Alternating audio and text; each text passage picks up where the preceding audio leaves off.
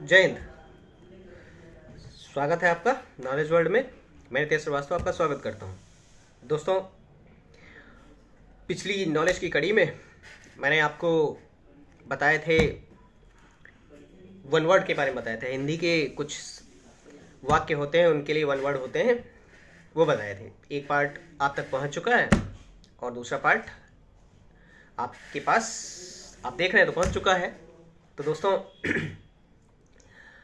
चलिए नॉलेज की नई कड़ी में फिर से जोड़ते हैं एक कड़ी और जंजीर को मजबूत बनाते हैं नॉलेज की। तो दोस्तों, जो पहला पार्ट था उस पार्ट में जो लास्ट वाला वाक्य था वो था, क्या था आप बताएंगे कमेंट करके, अगर आपने वो वीडियो देखा है। अगर नहीं देखा तो देखिएगा जाके, फिर कमेंट कर दीजिएगा कि लास्ट कहाँ पे हुआ था। तो दोस्तों शुरुआत करते हैं। जिसे वापस बुलाया गया हो उसे क्या कहा जाएगा? जिसे वापस बुलाया गया हो उसे क्या बोलेंगे? हिंदी के वन वर्ड में उसे क्या कहा जाएगा? तो दोस्तों उसे कहा जाता है प्रत्याहूत। क्या कहा जाएगा उसे? प्रत्याहूत बोलेंगे, जिसे वापस बुलाया गया हो। जिस पर आक्रमण ना किया गया हो, जिस पर कभी आक्रमण ना किया गया हो उसे क्या बोलते हैं? जिस पर आक्रमण ना किया गया हो उसके लिए एक शब्द क्या होगा? वो शब्द होगा अनाक्रांत। क्या हो जाएगा? अनाक्रांत। अधिक बकवास करने वाला, अधिक बकवास करने वाले को क्या कहेंगे हिंदी में वन वर्ड में? तो दोस्तों अधिक बकवास जो करता है उसे प्रगल्भ बोला जाता है। क्या बोलते हैं? प्रगल्भ बोला जाएगा। क्या बोलेंगे उसको? प्रगल्भ बोलेंगे। रात्रि का प्रथम प्रहर, रात्रि का प्रथम प्रहर क्या कहा जाता है? बताइए। नहीं जानते? डोंट वरी, वीडियो को देखते रहिए, अभी आपको पता चलेगा। रात्रि का प्रथम प्रहर जो होता है दोस्तों वो प्रदोष कहलाता है। क्या कहलाता है? प्रदोष कहलाता है। और ग्रंथ के बचे अंश जो प्रायः अंत में जोड़ दिए जाते हैं उसे क्या कहा जाता है?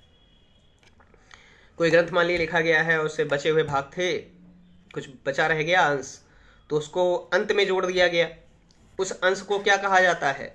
उस अंश को कहा जाता है, ग्रंथ के बचे अंश जो प्रायः अंत में जोड़ दिए जाते हैं उसे कहा जाता है परशिष्ट। क्या बोलते हैं? परशिष्ट बोला जाता है। जो दूसरों के अधीन हो उसे क्या बोलते हैं? जो दूसरे या दूसरों के अधीन हो उसे क्या बोलेंगे? उसे पराधीन बोला जाता है दोस्तों। क्या बोलते हैं? पराधीन बोलते हैं। पराधीन सपने सुख नहीं। तो पराधीन की बात आती है। पराधीन मतलब किसी के अधीन होना। इंद्र का सफेद हाथी क्या कहलाता है दोस्तों? इंद्र का सफेद हाथी जो है क्या कहलाता है? तो दोस्तों इंद्र का जो सफेद हाथी होता है उसे ऐरावत बोला जाता है। क्या बोलते हैं? ऐरावत बोलेंगे। ऐरावत। वैसे सफेद हाथियों का देश किसे कहते हैं दोस्तों, क्या आप जानते हैं? अगर जानते हैं तो टाइप करके कमेंट करिएगा, मुझे अच्छा लगेगा आपकी नॉलेज को देख करके कि सफेद हाथियों का देश किसे कहा जाता है। और साथ ही ये भी बता दीजिएगा हजार हाथियों का देश किसे कहा जाता है। तो दोस्तों अगला याद रखेंगे आप, जो छीण ना हो, जो कभी खत्म ना हो रहा हो, जो छीण ना हो उसे बोला जाता है अक्षय। क्या हो जाएगा? अक्षय। क्षय जानते हैं, नष्ट होना। अक्षय मतलब जो नष्ट ना हो, जो छीण ना हो। जिस वस्त्र को पहना ना गया हो, जिस वस्त्र को पहना ना गया हो उसके लिए हिंदी में एक वर्ड क्या होगा? उसके लिए एक वर्ड होगा अप्रहत। क्या हो जाएगा? अप्रहत। जिस वस्त्र को पहले पहना ना गया हो या जिस वस्त्र को कभी पहना ना गया हो उसे क्या बोलेंगे? अप्रहत बोला जाएगा उसे। हाथ की चतुराई, हाथ की चतुराई के लिए एक शब्द क्या होगा? हाथ की चतुराई के लिए एक शब्द हो जाएगा हस्त लाघव। क्या हो जाएगा? हस्त लाघव। हाथ की सफाई, जादूगरी में क्या कहना? हाथ की सफाई। हाथ की सफाई का मतलब क्या? हाथ की चतुराई। मतलब एक वर्ड में बोले तो क्या? हस्त लाघव। क्या हो जाएगा? हस्त लाघव। जिसका हाथ तेज चलता हो, कोई एक व्यक्ति है, कोई कार्य कर रहा है और अन्य की तुलना में उसका हाथ तेज चल रहा है, उसे एक वर्ड में क्या बोलेंगे, तो उसे एक वर्ड में बोला जाता है क्षिप्र हस्त। क्या बोलेंगे उसको? क्षिप्र हस्त बोला जाएगा। दोनों हाथों से समान कार्य कर लेने वाला, दोनों हाथों से समान कार्य कर लेने वाला क्या कहलाता है? कोई व्यक्ति है, एक भैया दाएं हाथ से भी काम कर लेता है और बाएं हाथ से भी कार्य कर लेता है वही वाला, तो उसे क्या कहा जाता है? समान कार्य, दोनों हाथों से समान कार्य कर लेने वाला, उसे सव्यसाची बोला जाता है। क्या बोलते हैं उसको? सव्यसाची बोला जाता है। जिसके बिना काम ना चल सके, जिसके बिना काम ना चल सके, उसके लिए एक वर्ड क्या होगा हिंदी में? उसके लिए हो जाएगा अपरिहार्य। क्या हो जाएगा? अपरिहार्य हो जाएगा। कन्या का विवाह कर देने का वचन, कन्या का विवाह कर देने का वचन जो होता है, उसके लिए एक शब्द क्या होगा हिंदी में? उसके लिए हो जाता है वाग्यदान। क्या हो जाएगा? वाग्यदान। वाग्यदान शब्द जो हो जाएगा वो किसके लिए होगा? कन्या का विवाह कर देने का जो वचन होता है वो वाग्यदान कहलाता है। पति की अनुरागिनी स्त्री, पति की अनुरागिनी स्त्री को क्या कहा जाता है? वो कहा जाता है स्वकीया। क्या किया? स्वकीया। पति की अनुरागिनी स्त्री जो हो जाएगी वह स्वकीया हो जाएगी। पति के अलावा दूसरे से प्रेम करने वाली स्त्री, तो पति के अलावा दूसरे से प्रेम करने वाली स्त्री परकिया हो जाएगी। परक गई है मतलब परकिया। अपने ही पति से प्रेम कर रही है तो स्वकीया हो जाएगी, और दूसरे से प्रेम करने लगी तो परकिया हो जाएगी, परकिया। जो कथा जनसाधारण में प्रचलित हो, जो कथा जनसाधारण में प्रचलित हो, उसे क्या कहा जाता है? उसके लिए एक वर्ड क्या होगा? उसके लिए एक वर्ड हो जाएगा किंवदंती। क्या हो जाएगा? किंवदंती हो जाएगा। दंत जानते हैं, दांत वाला होता है, दांत। तो किंवदंती कहलाएगा क्या? जो कथा जनसाधारण में प्रचलित हो उसे क्या बोलेंगे? किंवदंती कहा जाता है। जो स्वयं उत्पन्न हुआ हो, जो स्वयं में उत्पन्न हो गया हो, जिसे किसी ने उत्पन्न ना किया हो, जो स्वयं उत्पन्न हो गया हो, उसे क्या कहते हैं? उसे स्वयंभू कहा जाता है। क्या बोलते हैं उसको? स्वयंभू कहा जाता है। कल मैंने आपको बताया था जमीन फोड़कर उपजने वाला, जमीन फोड़कर उपजने वाले को क्या कहते हैं? कमेंट करके बताइएगा अगर आपने वीडियो देखा है तो। दोस्तों उसके बाद याद रखिए, वह सामग्री जो हवन के लिए हो, वह सामग्री जो हवन के लिए हो उसे क्या कहा जाता है? तो हवन करेंगे तो सामग्री चाहिए, उस सामग्री को क्या कहेंगे? उस सामग्री को कहा जाता है हवि या समिधा कहा जाता है। क्या कहते हैं? हवि या फिर समिधा लिखा होगा आपके पेपर में। तो हवि या समिधा किसे कहा जाता है? हवन में जो चढ़ाई जाती है सामग्री उसे क्या बोलते हैं? समिधा बोला जाता है। उसके बाद आप याद रखिए, जो कहीं जाकर वापस आ गया हो, जो कहीं जाकर के वापस आ गया हो, उसके लिए एक शब्द क्या होगा? जो कहीं जाकर के वापस आ गया हो उसे कहा जाता है प्रत्यागत। क्या हो जाएगा? प्रत्यागत हो जाएगा। उसके बाद में जो स्त्री के अधीन या स्त्री के स्वभाव वाला हो, जो स्त्री के अधीन या स्त्री के स्वभाव वाला हो उसे क्या बोलते हैं? उसे बोला जाता है दोस्तों स्त्रीण बोलेगा या शिखंडी बोलेगा। क्या लिखा होगा? स्त्रीण या शिखंडी लिखा हुआ होगा। जो स्त्री के अधीन या स्त्री के स्वभाव वाला हो। शिखंडी के बारे में तो आप जानते होंगे कि उसी की ओट से फिर अर्जुन ने बाण चलाए थे, और आगे कहानी आप जानते होंगे। पसीने से उत्पन्न होने वाला, पसीने से उत्पन्न होने वाले के लिए एक शब्द क्या होगा हिंदी में? बताइए, नहीं जानते हैं? स्वेदज बोलेंगे। कैसे? आप क्या बोला जाएगा उसे? स्वेदज। किसी की कृपा से संतुष्ट होने वाला, किसी की कृपा से संतुष्ट होने वाले के लिए एक शब्द क्या होगा हिंदी में? किसी की कृपा से संतुष्ट। के लिए एक शब्द हो जाएगा कृतार्थ। क्या हो जाएगा? कृतार्थ। ऐसा ग्रहण जो सूर्य या चंद्रमा को पूरा ढक ले, ऐसा ग्रहण जो सूर्य या चंद्रमा को पूरी तरीके से ढक ले, उस ग्रहण को क्या कहा जाता है? उसको कहा जाता है खग्रास। उसको क्या कहेंगे? खग्रास बोला जाता है। ऐसा ग्रहण जो सूर्य या चंद्रमा को पूरा ढक ले। जिसने नींद को जीत लिया हो, जिसने नींद को जीत लिया हो, उसके लिए हिंदी में एक शब्द क्या होगा दोस्तों? नहीं जानते? उसके लिए हो जाएगा गुडाकेश। क्या हो जाएगा? गुडाकेश। नींद को जीत लेने वाला। गुडाकेश किसका पर्यायवाची है दोस्तों? अगर आपको पता हो तो बिना गूगल का प्रयोग किए हुए बताइएगा। आपके पास ये 1400 ग्राम का जो सॉफ्टवेयर है, ये गूगल का बाप है। आप गूगल के बाप हैं यहां से, तो आप बताएंगे हमको गुडाकेश किसका पर्यायवाची होता है? दिशाएं जिसका वस्त्र हो, दिशाएं जिसका वस्त्र हो, उसके लिए हिंदी में एक शब्द क्या होगा? उसके लिए दोस्तों हिंदी में एक शब्द आएगा दिगंबर। क्या बोलेंगे? दिगंबर। जिसने दिशाओं को ही क्या किया हो, अपना वस्त्र मान लिया हो, उसे दिगंबर बोला जाता है। श्वेतांबर और दिगंबर जैन धर्म से संबंधित दो संप्रदाय हैं, ध्यान रखिएगा, श्वेतांबर और दिगंबर। तो दिगंबर लोग जो होते हैं वो नग्न रहते हैं और वो कहते हैं कि ये दिशाएं जो हैं यही हमारा वस्त्र हैं। तो दिशाएं जिसका वस्त्र हो उसे बोलेंगे दिगंबर। जिसका उल्लंघन कठिन हो, जिसका उल्लंघन कठिन हो, उसके लिए एक शब्द क्या होगा? उसके लिए हो जाएगा दुरेव्य। क्या हो जाएगा? दुरेव्य कहा जाएगा उसे। वह खाद्य सामग्री जो रास्ते के लिए हो, वह खाद्य सामग्री जो रास्ते के लिए हो। कहीं जा रहा है कोई, सफर में बहुत दूर जा रहा है, तो घर वालों ने खाना बना दिया है और कहा है कि जब भूख लगे तो खा लेना, तो वह खाद्य सामग्री जो रास्ते के लिए हो उसे क्या बोला जाएगा? उसे बोलेंगे पाथेय।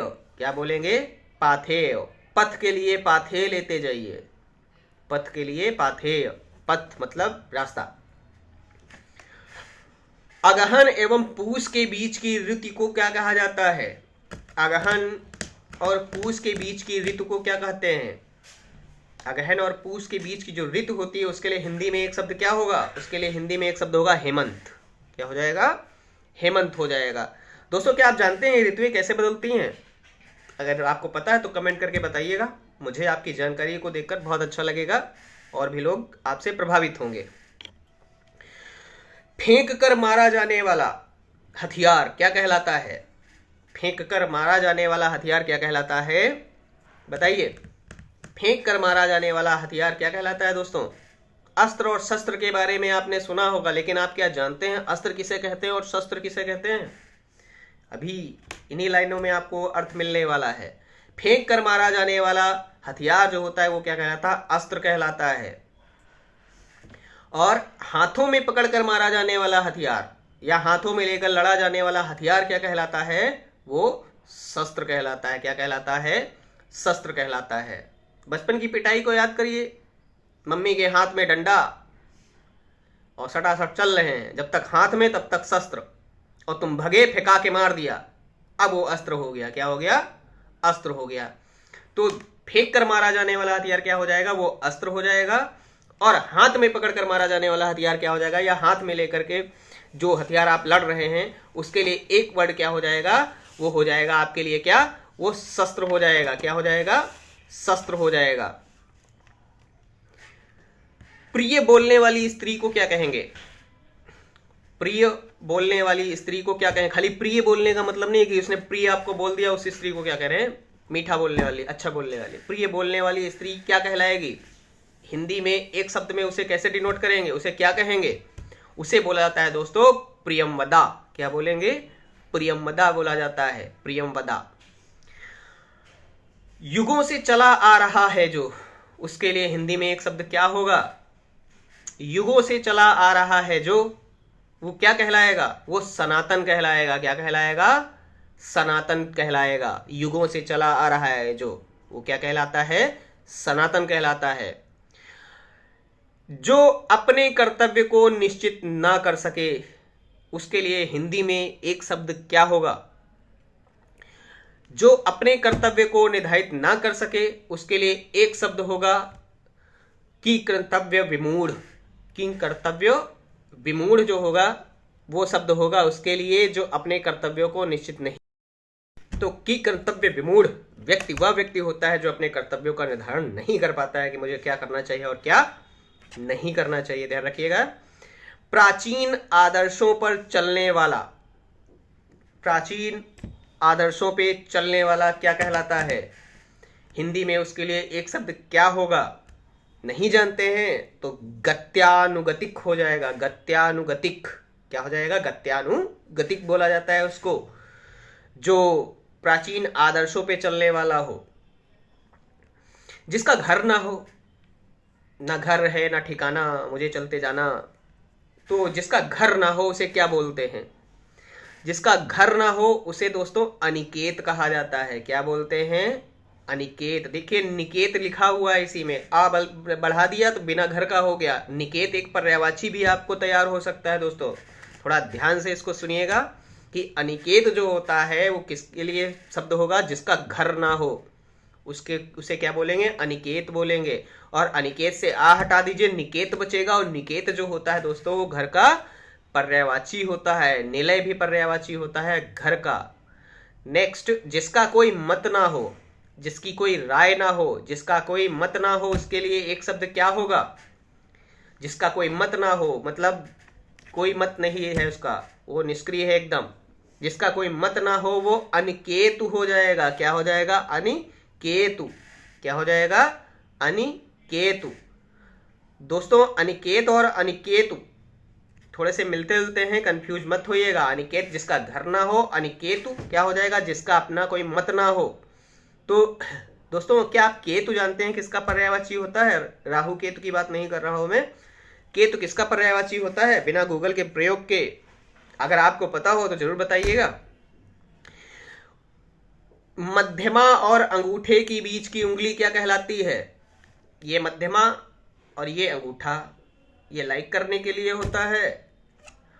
और ये अंगूठा जो है ना, और ये जो मध्यमा उंगली है, ये अंगूठा और ये मध्यमा उंगली, इसके बीच की उंगली ये जो है ये क्या कहलाती है?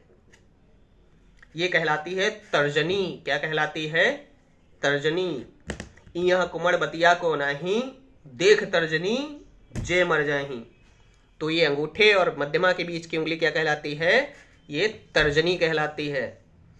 और उसके बाद में आपको याद रखना है कनिष्ठा और मध्यमा। ये कनिष्ठा है छोटी वाली और ये मध्यमा है। इसके बीच की उंगली ये वाली है। इस उंगली को क्या कहते हैं बताएंगे? अभी आपको हम अभी ही बताएंगे कि इस उंगली को क्या कहा जाता है। इसको कहते हैं अनामिका। इसको क्या कहा जाता है? अनामिका कहेंगे। इसको अनामिका कहेंगे, इसको तर्जनी कहते हैं। जो तुरंत निर्णय ले सके, जो तुरंत निर्णय ले सके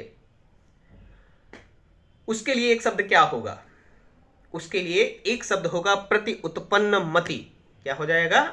प्रति उत्पन्न मति बोला जाता है उसको, जो तुरंत निर्णय ले सके।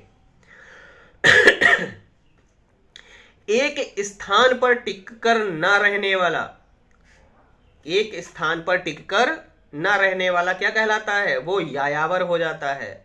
वो शब्द क्या कहलाएगा? यायावर। क्या कहलाता है?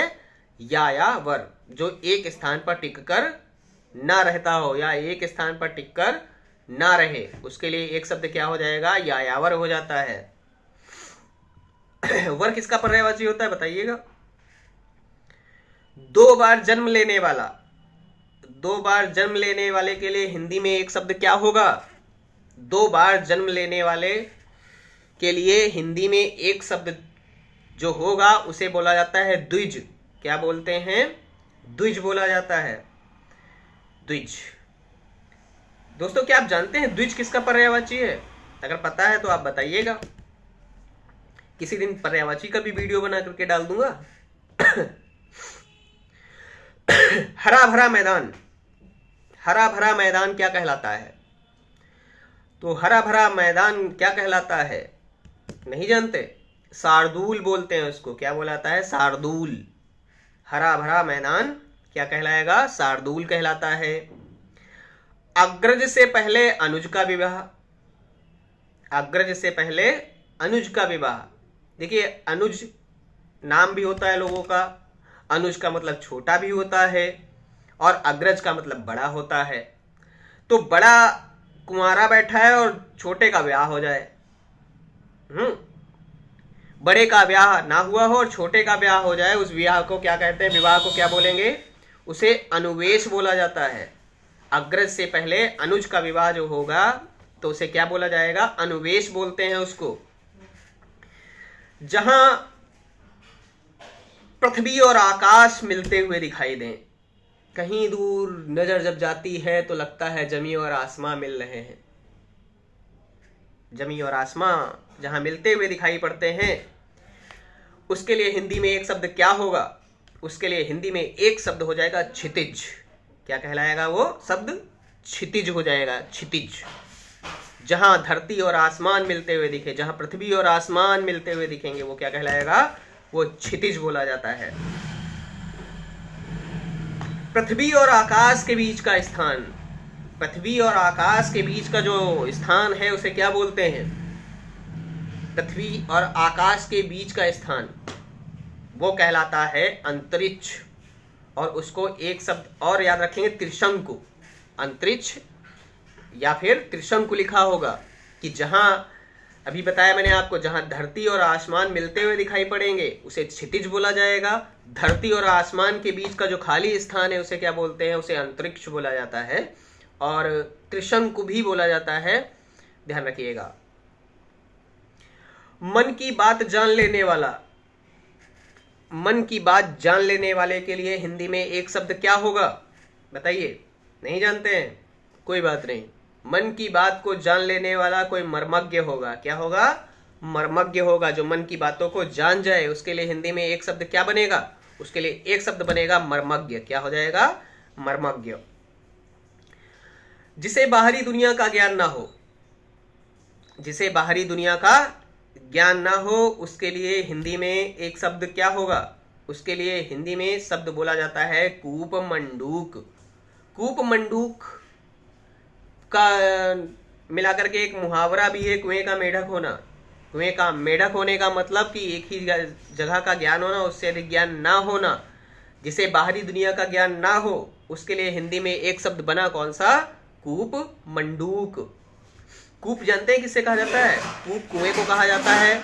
और मंडूक किसका पर्यायवाची होता है? आप बता दीजिएगा, मुझे अच्छा लगेगा आपकी जानकारी को देख के, और भी लोग आपसे प्रभावित होंगे आपकी जानकारी को देख के। तो कूप मंडूक को छोड़ देते हैं, लौट के आते हैं नेक्स्ट। बाल्यावस्था एवं युवा अवस्था के बीच का समय क्या कहलाता है? बाल्यावस्था और युवा अवस्था के बीच का जो समय है दोस्तों, वो क्या कहलाएगा? हिंदी में उसके लिए एक शब्द बनेगा, वयासंधि। क्या कहलाएगा?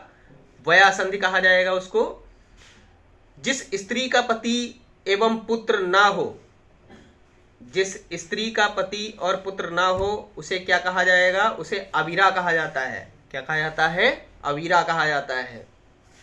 जिस स्त्री के पति एवं पुत्र हो उसे क्या बोलेंगे?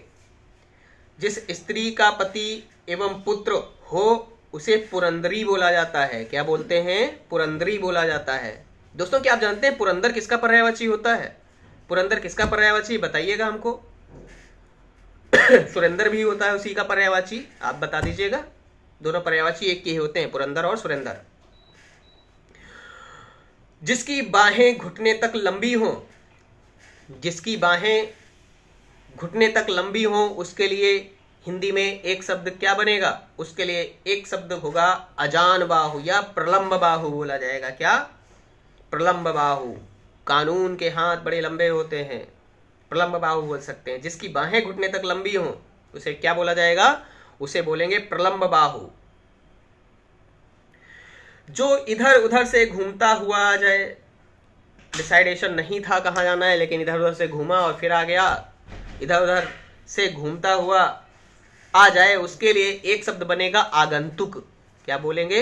उसके लिए एक शब्द बनेगा आगंतुक। जिसकी सभी इच्छाएं पूर्ण हो गई हों, जिसकी सभी इच्छाएं पूर्ण हो गई हों, उसके लिए हिंदी में एक शब्द क्या होगा? उसके लिए दोस्तों हिंदी में एक शब्द बनेगा आप्त काम। क्या हो जाएगा? आप्त काम। सारी इच्छाएं पूर्ण हो गई हैं, अब पहुंच गए हैं ऋषि आप्त काम की स्थिति में। किस स्थिति में? आप्त काम की स्थिति में। अब कोई इच्छा नहीं रह गई। जो मोल लिया गया हो, जो मोल लिया गया हो, उसके लिए हिंदी में एक शब्द क्या होगा? उसके लिए हिंदी में शब्द दोस्तों होगा क्रीत। क्या हो जाएगा? क्रीत। प्रीत की भी रीत बड़ी अजीब होती है, प्रीत क्रीत नहीं हो सकती। ये अच्छा है, याद रखने के लिए अच्छा रहेगा। क्रीत का मतलब क्या? जो मोल लिया गया हो, उसके लिए हिंदी में एक शब्द क्या हो जाएगा? क्रीत हो जाएगा। जिसकी गर्दन शंख के समान हो, जिसकी गर्दन शंख के समान हो, उसके लिए हिंदी में एक शब्द बताइए क्या होगा? उसके लिए हिंदी में एक शब्द बन के निकलेगा, वो हो जाएगा कुतुब ग्रीवा। कुतुब ग्रीवा। देखिए ग्रीवा गर्दन को मिला दिए, कुतुब बना दिए हैं शंख को, तो कुतुब ग्रीवा किसे कहा जाएगा? कुतुब ग्रीवा कहा जाता है जिसकी गर्दन जो होती है ना, वो किसकी तरह हो? शंख की तरह सुंदर हो या शंख के समान हो। इस तरीके से लाइनें बनाकर आपसे कहेगा कि जिसकी गर्दन शंख के समान हो, उसके लिए हिंदी में एक वर्ड क्या होगा? वो हो जाएगा कुतुब ग्रीवा। क्या हो जाएगा? कुतुब ग्रीवा।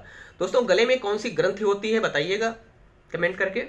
गले में मानव की सबसे बड़ी अंतरास्रावी ग्रंथि जो होती है, ये गले में कौन सी होती है बताइएगा। जिसकी गर्दन सुंदर हो, जिसकी गर्दन सुंदर हो उसके लिए एक शब्द क्या होगा? जिसकी गर्दन सुंदर हो, जिसकी गर्दन सुंदर हो वो हो जाता है सुग्रीव। कौन हो जाता है? सुग्रीव। सुग्रीव और बाली का नाम सुना होगा, भाई भाई हुआ करते थे और फिर उनकी लड़ाई हो गई थी और रामचंद्र जी ने बाली को मार दिया था, तो एक ही बार प्राण हर लीना, रामचंद्र जी ने दोबारा चांस न दीना। तो सुग्रीव को ध्यान रखिएगा, जिसकी गर्दन सुंदर हो उसे क्या बोलेंगे? उसे सुग्रीव बोला जाता है। पंडितों में पंडित, पंडितों में पंडित जो हो उसको क्या कहेंगे? पंडितों में जो पंडित हो उसे पंडितरा बोला जाएगा। क्या बोला जाएगा? पंडितरा बोला जाएगा। पंडित जी, पंडित तो बहुत सारे पंडित हैं, पंडितों में महापंडित, सबसे बड़ा पंडित, उसको क्या बोलेंगे? पंडितरा बोला जाता है। जो अवैध संतान हो, जो अवैध संतान हो उसके लिए हिंदी में एक शब्द क्या बनेगा? उसके लिए हिंदी में एक शब्द बन के निकलेगा जारज। क्या हो जाएगा? जारज हो जाएगा। जो अवैध संतान हो उसे क्या बोलेंगे? जारज कहा जाता है। तो दोस्तों वन वर्ड जो थे, दूसरा पार्ट ये आप तक पहुंच रहा है। अभी बहुत सारे वर्ड हैं और बहुत ही महत्वपूर्ण हैं, कोई भी छोड़ना नहीं चाहता हूं मैं आपके लिए कि ये छोड़ दो वो छोड़ दूं, बहुत ही महत्वपूर्ण है। अगला वीडियो इसके बाद फिर से तीसरा पार्ट आएगा, ये दूसरा पार्ट है। और इस वीडियो को देखिए, नोट डाउन करिए। वीडियो अच्छा लगे तो लाइक करिएगा, कमेंट करिएगा, शेयर करिएगा, अपने पढ़ने वाले दोस्तों को तो जरूर भेजिएगा। और हिंदी में विलोम शब्द तद्भव तत्सम या पर्यायवाची वन वर्ड के बाद में कौन सा वीडियो चाहते हैं वो कमेंट करके बताइएगा, उस पर वीडियो में बना दूंगा आपके लिए, क्योंकि तैयारियों में लगे रहना बहुत ज़रूरी है। लगातार चलने से ही मंजिलों तक पहुंचा जाता है, मंजिलें कभी चल करके आप तक नहीं आती हैं दोस्तों। तो दोस्तों मिलता हूं अगले वीडियो में नॉलेज की नई कड़ी में। तब तक के लिए जय हिंद, विजय हिंद। अपना और अपनों का ख्याल रखें, अपनों के लिए जिएं, अपने सपनों के लिए जिएं। जय हिंद, विजय हिंद।